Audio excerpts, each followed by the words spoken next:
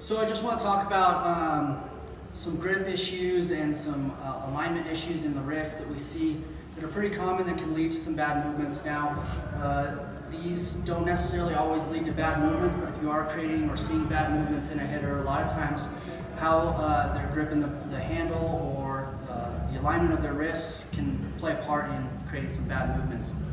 First and foremost, the easiest one that we really see is guys holding the bat real deep in their palm. So they'll get the bat and they're kind of gripping the bat real deep in this thumb crotch here.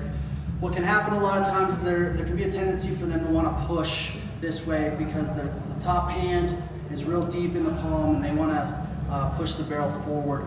Easiest way is to try to get the bat more in their fingers. Okay, so we create more of a grip out here in the fingers.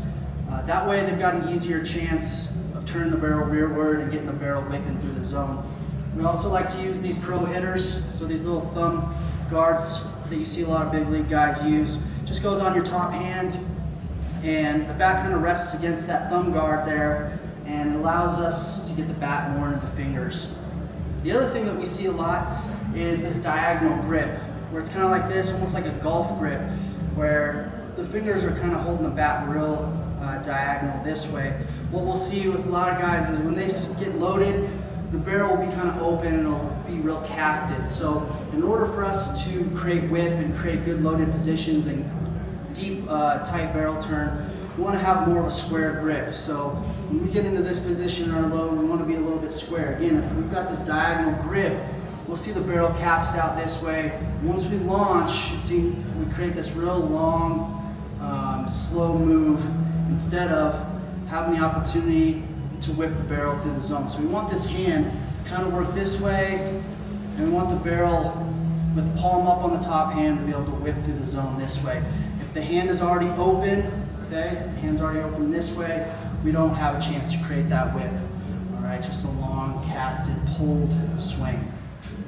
The last one that we see is with bad wrist alignment, where we see this cupping action, where we're kind of cupped like this.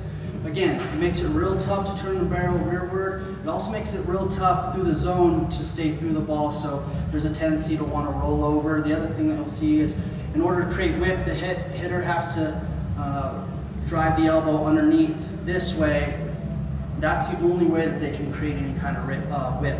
So we're trying to get to a more neutral position with our grip, with our wrist, so that when we get to this point, we can stay palm up through the ball, we can stay through the ball this way. So those are a couple of the issues that we see with the grip and wrist alignment. We're going to have Grant come in, he's going to show us a couple things. What exactly is happening when those grip and alignment issues crop up. Also going to give us a couple movement exercises, mobility and stability, things we can do to address these from a weight room standpoint.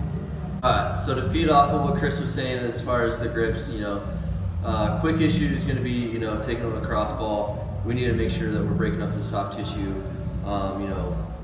The wrist issue is going to be stemming up all the way, forearm.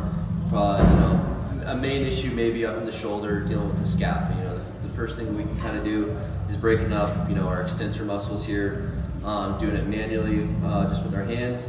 You can also kind of take it onto a surface, as well as using right up against the wall.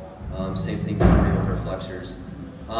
Picking off that, this is going to be breaking up, so this is just going to be kind of first thing, before you're hitting, before you're working out.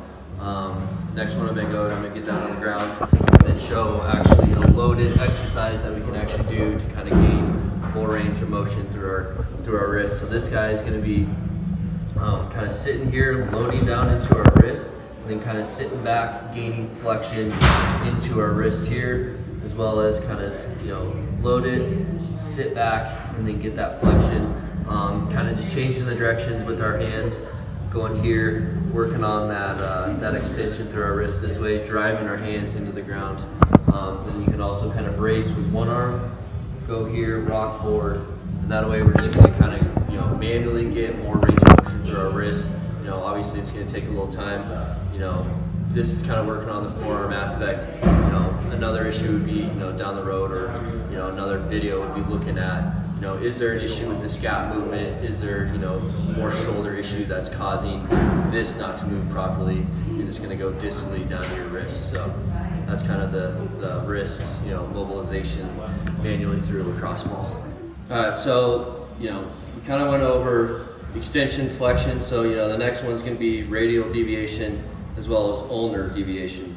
So, guys with limited radial deviation are not going to be able to get that hinge, in the swinging motion. They're not going to be able to get that here, that hinge when they're back. So they're going to be able to, rather than hinging radially, they're going to be almost cupping this position, or they're going to be kind of opening it up this direction. So they need to be able to hinge, straight up and down. So a guy who goes here and they're not able to get this radial deviation up, they're going to be limited. So that's either going to throw out like a cast motion, or they're going to cup through and then throw with the arms. Very common.